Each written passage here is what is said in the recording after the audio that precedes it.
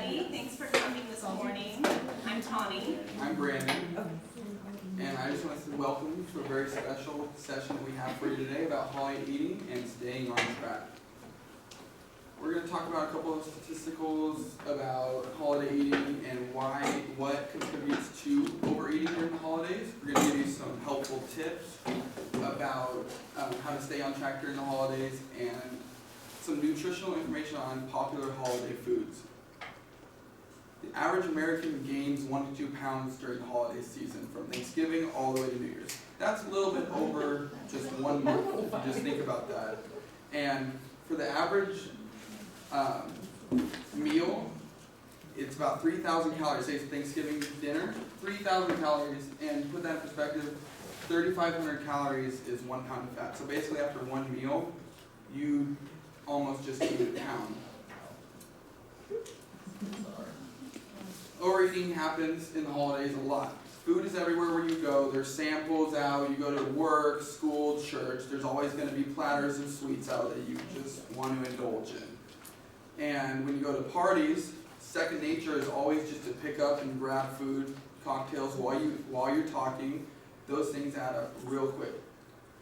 And when you are in the holidays, you think there's no time for being physically active because it's cold outside. You got to go shopping. Your kids are maybe out of school now, so the weight you gain during the holidays is going to stay with you.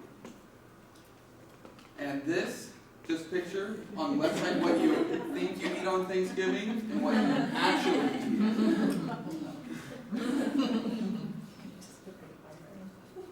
Okay, so I'm going to go over 5 tips that will help you stay on track during the holidays. So tip 1 is don't go hungry. So try eating a healthy snack before you go to your party. You may think that, oh, I have a party to go to tonight. There's going to be a whole bunch of food there. I don't want to go, or I want to go hungry, but sometimes you will overindulge if you don't eat during the day. So try eating something such as just like a quick almond with apple slices, or maybe just celery with peanut butter. Something to curb that hunger before you go to the party. And don't skip meals, such as breakfast. Breakfast can be one of the most hearty meals of the day, and studies have shown that if you do skip breakfast, you may consume more calories throughout that rest of the day. So don't skip breakfast, and maybe try to include some fiber in your diet. Fiber will help you feel that feeling of fullness, and it's good for your gut too. This tip can also be applied to holiday shopping. So when you're out in the mall doing your shopping, try to plan a route that you will avoid places such as Cinnabon. That smell is so inviting, and you'll just, oh my gosh, I have to have it kind of thing. So maybe try to plan a route that avoids these kind of places. Also fast food places. Red has been shown to be just the color to go to with fast food places, and these places you'll have distractions such as lights, loud noises, and you'll tend to eat faster and quicker and more in places like this, like McDonald's or stuff like that. And choose a proper fast food restaurant, the grab and go kind of places like I just mentioned, the distractions. So you want to get in and out. You don't want to sit there, be waiting for your food, and cause you to be more hungry. Tip number 2 is smaller plates. So smaller plate equals proper portions, like Brandon just went over with that slide. So maybe try choosing a smaller plate will help you control your portion sizes. So start with filling the plate with some fruits and vegetables, and maybe try eating a salad before the meal too, to kind of help prevent you overindulge in your meal during the entree. Drinks, try to have a tall, skinny glass to drink from, and eat slowly to savor every bite. This goes hand in hand with the next tip that I'm going to be talking about, which is mindful eating. So to be a mindful eater, you are calorie conscious. So be wary of the little treats and appetizers that are out around the buffet table, and the drinks too, because you can be out at your party and just talking with friends and nibbling and snacking and not really be mindful of what you're putting into your body. So be wary of the treats and appetizers and the drinks that you're consuming, and especially those alcoholic beverages too. It is okay to have a cheat day. If you feel as if your plan has been going well and you're like, you know what, it's okay to have this cheat day today. I'm gonna have this slice of pumpkin pie, but I'm gonna alter my plan by working out for 30 to 45 minutes extra the next day, and I won't have this drink or two tonight to make up for the calories. I skipped the don't say no to dessert, so treat that sweet tooth, just keep it in moderation, and try going towards a more healthy dessert. Like we have the angel food cake, and maybe top it with some fruit, so you can modify your dessert. So we'll be going over pecan pie and doing the differences between the angel food cake and the apple pie a little bit later to show some options that you can do. Tip number 4 is controlling your environment. So we have the buffet table out today. Maybe when you come in, you can scan the buffet table. Notice the foods that you like, the foods that you don't like, maybe some foods that you haven't tried before and you're interested in trying. People tend to see the buffet and grab their plate and just pack on all the food, and they get to the end of the buffet and what's on your plate? It's just so packed with things, different foods. So like I said before, be mindful of what you're putting on your plate. Scan the buffet. Don't eat or socialize next to the buffet table.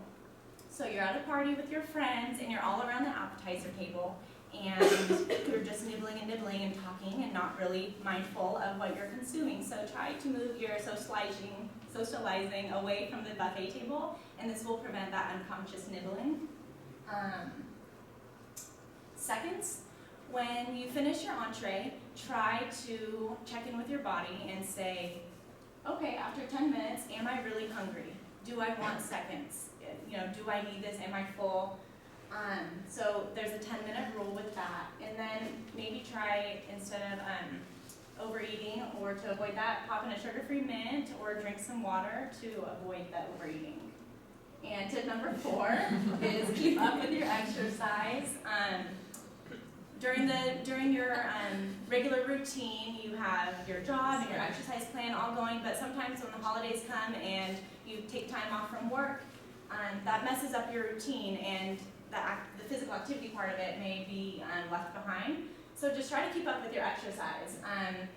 Your favorite physical activity with your family, try maybe just throwing a football outside in the front yard with your kids, go on walks, sign up for a 5K or just to do a 5K run or walk, play games that include physical activities such as gestures, and dance like Carlton, I guess.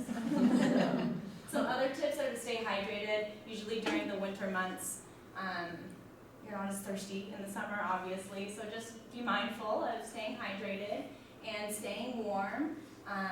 People tend to eat 200 more calories in the winter months as opposed to the summer. And laughing more. WebMD says that 10 to 15 minutes of laughing, you can burn up to 50 calories. So pop in a favorite movie and enjoy some laughs with your loved ones. And next we're going to go over knowing your K-Cals. Oh, this is me again.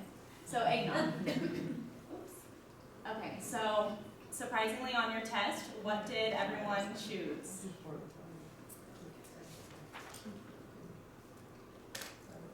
How about you? What did you circle? I said B, 405, because I know it was high. But Yeah, really high. So still up there. 344 calories, 11.3 grams of saturated fat. Not the healthiest option during the holidays, so be mindful of drinking your eggnog. To burn off this 344 calories of eggnog, it would take 2 hours of walking or 40 minutes of jogging. The alternative to eggnog that we are suggesting is sparkling red wine, which is 178 calories. There's no saturated fat as compared to the eggnog, no cholesterol, only 6 grams of carbs and sugar. The next is mashed potatoes, made with whole milk and margarine, and it equates to 237 calories. What did everyone circle on their pre-test with this? 80 minutes. Yeah, so 1 hour of walking or 27 minutes of jogging. So that's the mashed potatoes. And then the pecan pie. Pecan pie is known throughout the holidays to be more of the more dense desserts out there. So 503 calories for one slice, 27.1 grams of total fat. It would take 2 hours and 30 minutes of walking or 60 minutes of jogging to burn this pecan pie off, which is a lot. So we have some alternatives for you. 1 piece of apple pie or a piece $211 for the apple and $316 for the pumpkin. Those are just some alternatives. Keep in mind the portion sizes, small plates, everything that we just talked about with that too. Okay, spinach artichoke dip. 2 tablespoons is 100 calories. It would take 30 minutes or 11 minutes of jogging to burn this off. And some healthy alternatives that we have, such as on the buffet table, we provided some hummus today. 46 calories for 2 tablespoons. And the salsa, 0 grams of fat, only 10 calories, and the plus of no cholesterol. So Brandon's gonna go over pigs in a blanket. Okay, you see these a lot at buffets, and one piece is 130 calories. That little thing, bite size. Some alternatives, fruit in the blanket. We had the croissants today at the buffets with the apple inside it. That's just an alternative you can take through this. The shortbread cookies, 1 cookie is 40 calories. It adds up quickly. Hot cocoa, when you're just sitting in bed in a blanket, we have 151 calories. So 28.1 grams of sugar just for that 1 cup. And then if you add the marshmallows, it would obviously go up. And then the best holiday foods have is a roasted turkey breast. It's great in protein and it's low fat, low calories. The sweet potatoes, filling, it's rich in beta carotene, high in vitamin C, and the green beans as well. Notice it's not in the green bean casserole. It's A, C, K, fiber, potassium. All these would be good just to incorporate in your holiday meals. And then, if you want to have a little piece of chocolate, the higher the percentage of cocoa, the better. Above 65% we want to try to keep. And it actually is shown to lower blood pressure. Alright, and just remember in the holiday seasons upcoming, just remember moderation is key. You can have a little bit of something, a little bit of that, a little bit of that. Just remember, don't fill your whole plate up with just one thing. And remember, it's not just about eating. You're with your family and friends. You don't have to go there for the food, you go there to see them.